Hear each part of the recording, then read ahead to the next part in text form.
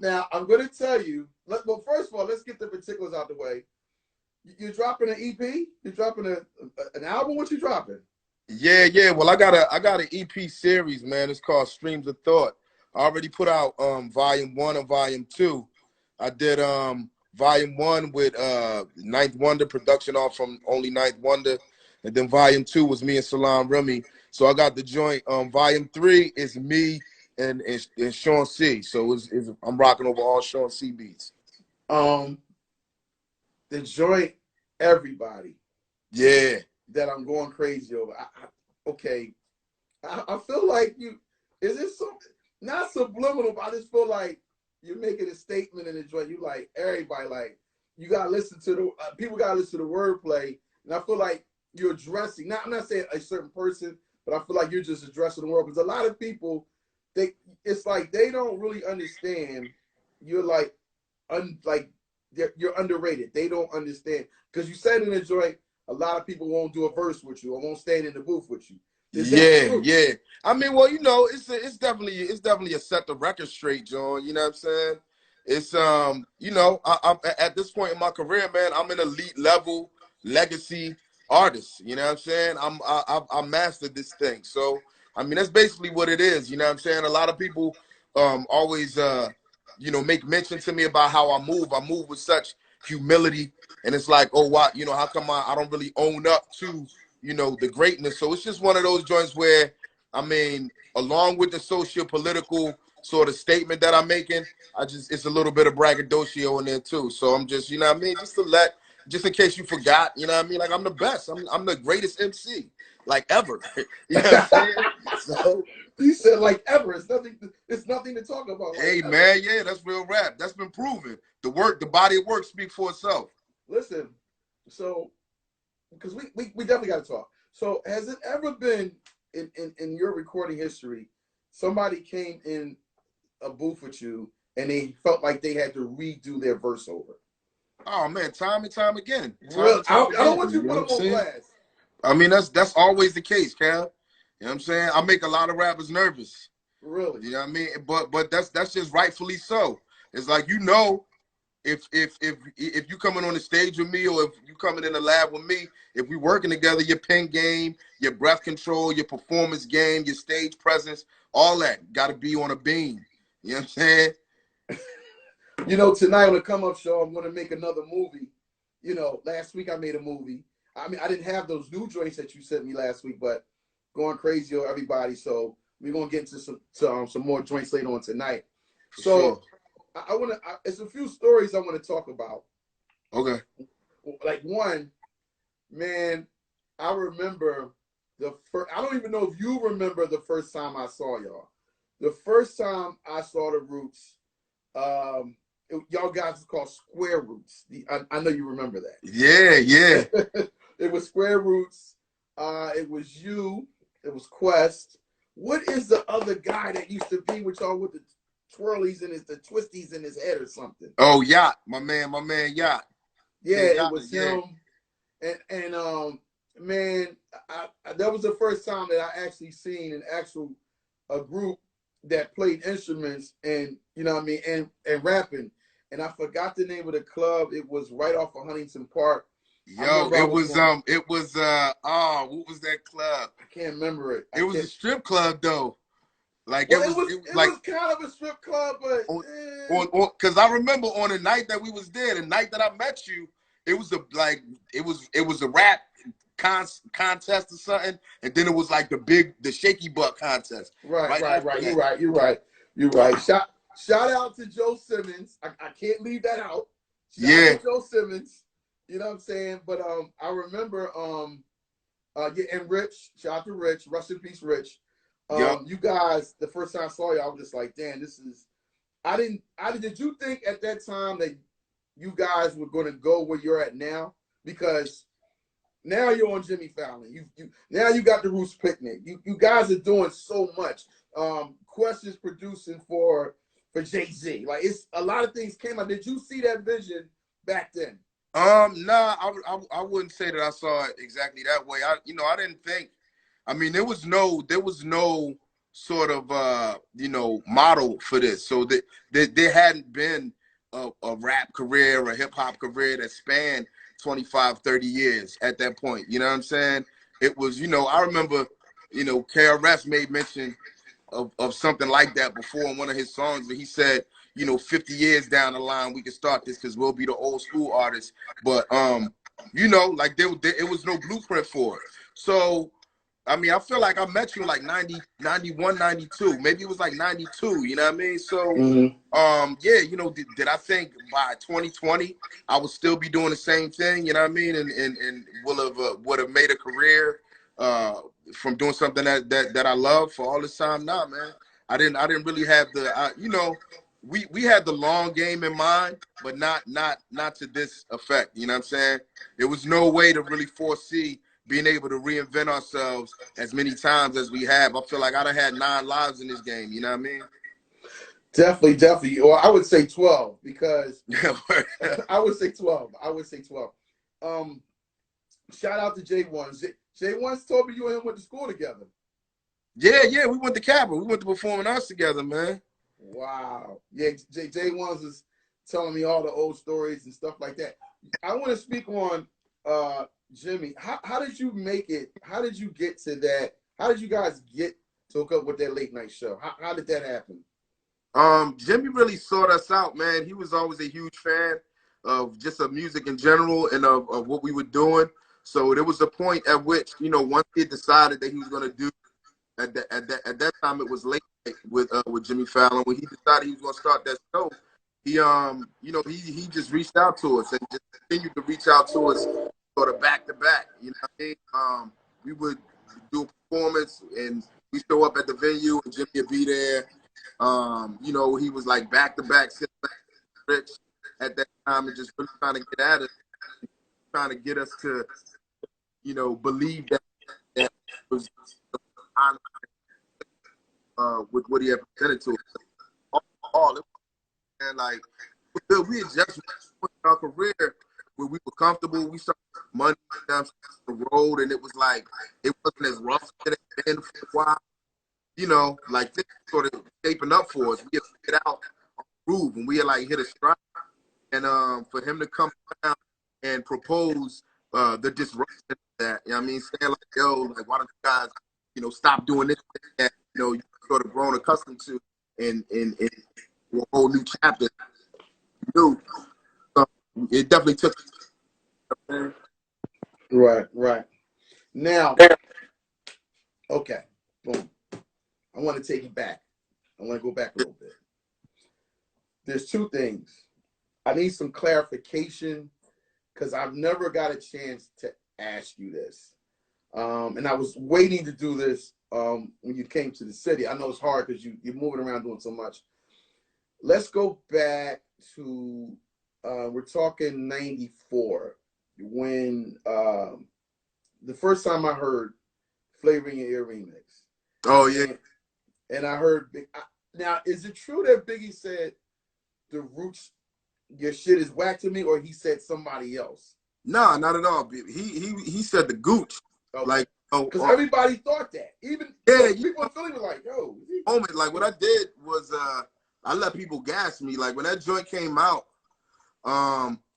he was making a reference to, I guess, to Different Strokes, the Gooch, who was the invisible bully on that show.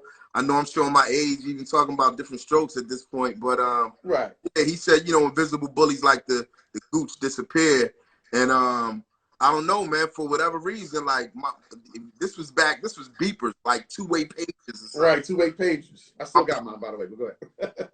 Go ahead. I want to join, woo. And it had me so hyped that I wound up hitting up Bad Boy. I called Bad Boy offices, you know what I'm saying? And I talked to a few people, like trying to get at Puff and trying to get at Big and like figure out what had been said. And come to find out, yeah, he said what he said, and I played myself, you know what I'm saying? It was like, I felt like an idiot.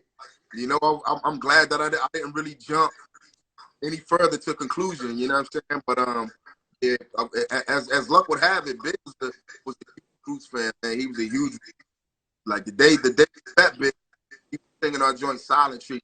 We met him out in LA. radio run. We was both at I think we was at Sway and Tech show out Mm-hmm. there. Shout out to them. Mm-hmm.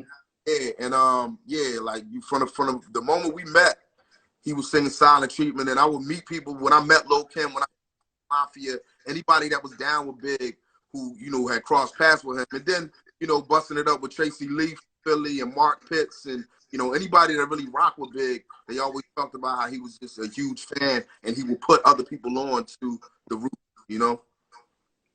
Hey, definitely, man. Definitely rest in peace to one of the greats. I gotta tell you about this. I'm gonna refresh your memory. You're gonna laugh because I was there for this. I forgot which album it was. You had the Roots release album party in New York, and I don't know if it's the first album. So I can't remember which one. So I came up there. So I think Old Dirty Bastard was in the crowd. You know what I'm talking about? Yeah. Old Dirty Bastard's in the crowd. I see you. Have him come up. Yo, Old Dirty, come on up. Old Dirty. He comes up, because you giving him some light, like, yo, it's my man, like, so you giving him mic, you know what I'm saying? You letting him do his thing. So after a while, of course, from what I can see, you wanted, all right, well, I let you get your shine. Let me go ahead and finish doing the show. Old Dirty got mad and all hell broke loose. Like, yeah. What was that about? That was during the days when Dirty was just really in his bag. You know what I mean? He had just got out of jail that day for he had done one of, I think, his first like long bid, and he had got out, and it was like that was the days when anything hip hop that took place, like pretty much the whole industry would be there, and we were signed to Geffen Records at that time. A couple of the members of the Wu were signed to Geffen. Definitely the Genius. I think the RZA had a deal over there. So it was like a family affair. When they reached out and said, "Oh, could we put Dirty on the list?" It was all love, you know what I mean? But it was, I think it might have been our album, Things Fall, Philadelphia Half-Life. So it was our second major joint, and like it was like Malik was in the group. You know what I mean? Like Scott Sports, I think, was still rocking with. No, Kamal was already playing keys. But it was, like we had didn't he try to like knock Kamal's keyboard over or something? We started. No, he trying to pulling the cord out of the. Okay, it was something. I was like, yo. Was in short, Dirty got drunk. You know what I mean? He's an old dirty bastard. So he gonna get smashed. He got smashed after we let him rock, and he wanted to come back up and rock again. And I gave him the mic. When I gave him the mic, he started saying a bunch of disrespectful shit like to the women in the audience, and people started leaving and feeling the kind of way. You know what I mean? We had the Cold Crush Brothers on stage with us. We planned on doing something with them, and Dirty was cutting into that time and cutting into our performance time. So I took the mic back from him, and it resulted in a standoff on stage because he didn't want to get off stage. But I had Philly hitters with me. You know what I'm saying? And the whole New York was there, you know what I mean? The whole industry. It was one of those things that, it was cameras, MTV filming it, and it was like essentially it was our big break. So I ain't wanna play myself and become a cliche like, oh, the Roots had a party, we let Old Dirty get ended in a big melee stage, you know what I mean? So we were just going above and beyond, trying to keep the peace and prevent anything like that from happening. That urban platform. And even back then, Urban Plaza, it was out in Urban Plaza. The boy Troy Ave got popped in. So, and that was, within the past year. So you could just imagine how many cameras was in that building. So it was a standoff on stage, and I was trying to, keep everybody that was coming to Philly to support the Roots, keep them calm, and not really embarrass the label and maintain a level of professionalism. So, yeah, at the end of the day, you trying to get them off the stage, but it was what it was. And I think 2 or 3 days after that, he went to an event and he tried to pull the same shit with Akinelli and wound up rumbling on like a huge shit. And that's what I was trying to, prevent from happening. Oh shit. Damn. Rest in peace, Old Dirty. And if it soothes me, my mind, my memory, you was really a big supporter of Old Dirty, if I'm correct. Like you Yeah, really I was a huge supporter of the whole Wu-Tang movement. Wu-Tang. And that's a known fact. You know what I mean? That's my brothers right. And even, you know, in Dirty's, you know, 5 years, we wound up working together again. You know, he jumped on a Roots record with us. You know, wound up doing a joint with us. It was featuring one of the hidden tracks on the Roots album. We had Dave Chappelle and Old same joint.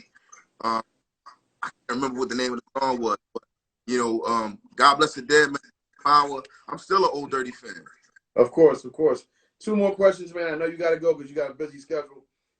Where are we at? I know with the COVID situation, it's running rapid, running wild. Where are we at with the Roots Picnic? Are we still we're delaying it, or are we going to cancel it altogether, or it's still up in the air? I feel like at this point it's officially still up in the air, but unofficially, I feel like it's safe to say that it's probably going to be postponed. It's not happening in May on that date, you know what I mean, on that predetermined date. So I feel like you know, if we're lucky, it's going to happen a month or so later into the summer. So we just trying to see, you know what I mean, first of all, when that's going to become an option, and then, you know, how much of our original billing we're going to be able to maintain and all that. But, you know, that's showing that's Live Nation. That's not my field. That's not my department. Shout out to I see you got my girl DJ Diamond Cuts on that stage like you did last year. Shout out. And always. We put on for the city. Salute, salute, salute. Hey, so before I get out of here, you already know what the Come Up Show is about. Yes, sir. Now, this is my thing. Now, this is what people don't know. Only me and you know this, but now the world's going to know this. I came to the Roots Picnic 4 years ago, close to 5 years, 4 or 5 years. I seen you back. I said, yo, Reed. Yeah. I need these bars. You like, yo, I got you. I said, I need you to come on the Come Up Show. This is 5 years ago. So we never made it happen. Shout out to Aston. Shout out to Aston, a.k.a. Funk Flex. Uh-huh. Yo, Flex, that's my guy. That is my guy. But he's very strategic. He's one of the tastemakers out here. Him, LA Leakers, my guy in the South. A lot of people are doing anything. Bebe, shout out to Bebe. Mm-hmm. But Flex is strategic because I think that same week, Flex had got wind that I was doing Mace on the Come Up Show, right? Oh. He got wind of that. Like, I don't know I think my man EP from Def Jam told him, yo, Cav is he's got Mace doing the Come Up Show. So Flex, but it's not competition, but Flex is like, he's a thinker. He likes to stay ahead of the curve. So that same week when I had Mace, it was either the week before or the same week, he came and got you. I'm like, I've been trying to get this guy on my show for 5 years. And Flex just pulled the rabbit out the hat. And you killed it, by the way. You did. But the funny part about that whole Flex joint was he had been trying to get me to come up there for like forever. Like, you know, at least for like, he was hitting me up faithfully, constantly, or maybe so. You know what I'm saying? Now, I'd always felt like Flex didn't really rock with the Roots.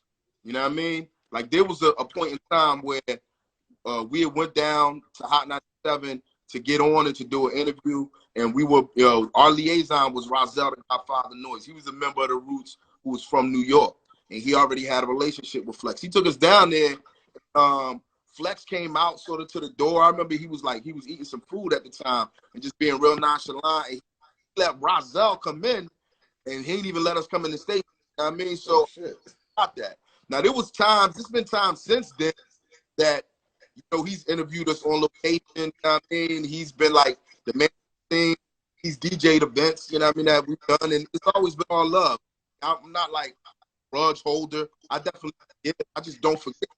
You know what I mean? So when he was hitting me, I wasn't going out of my down there. But I definitely wanted to come. And it was like set the record for the thing. Just because I wanted to reestablish as a force to be reckoned with, you know, with regards to that platform. We some of the sharpest MCs, some of the sharpest DJs, barbers, whatever in the world. You know, I feel like you know, it's easy for that to be overshadowed.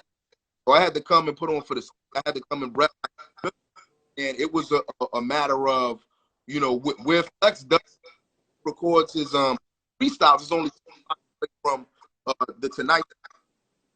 So, you know, one of the nights when he was up, I was, you know, like I really wanted to get over with. It had to be convenient for me to fall through. So I was like, yo, come through right now. So I got off work, but it was quick. You know what I'm saying? So when I got there, I just wanted to get over with. I knew I didn't want to the instrumental that play for people because I'm feeling them. I'm not trying to Wally or none of that shit. So I already had a beat that I wanted to get on. And I told him with the play, it wasn't no raps. Rap, I just went in. You know what I mean? History. But yeah, all that takes nothing. Our relationship with you, or what I do when I come to the come up. So like, I come from the, you know what I mean? So that's hold up. You're breaking up a little. You're breaking up a lot. Oh I don't shit. know if it's, yeah, you're breaking up a lot, but I need to hear all this clear. Basically, long story short, I'm still gonna come through the come up show, man. And when I pull up, it's on. You know what I'm saying? Like if I gave Flex 10 minutes, I give you 20.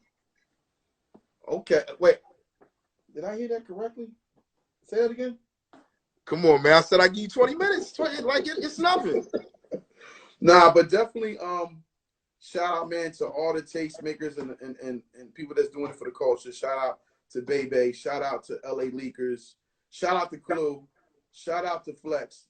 You know, Absolutely. Shout out to all of them, man, doing their thing. You know. Absolutely. Look, I'm glad you checked in. Movie tonight, and we definitely gotta get up, bro. We gotta get up. Yeah, for sure, for sure. Yo, Rick, love, man. Thanks for checking in, bro. Love. Thanks for having me, Kev. Thanks for Of everything, course. bro. All right.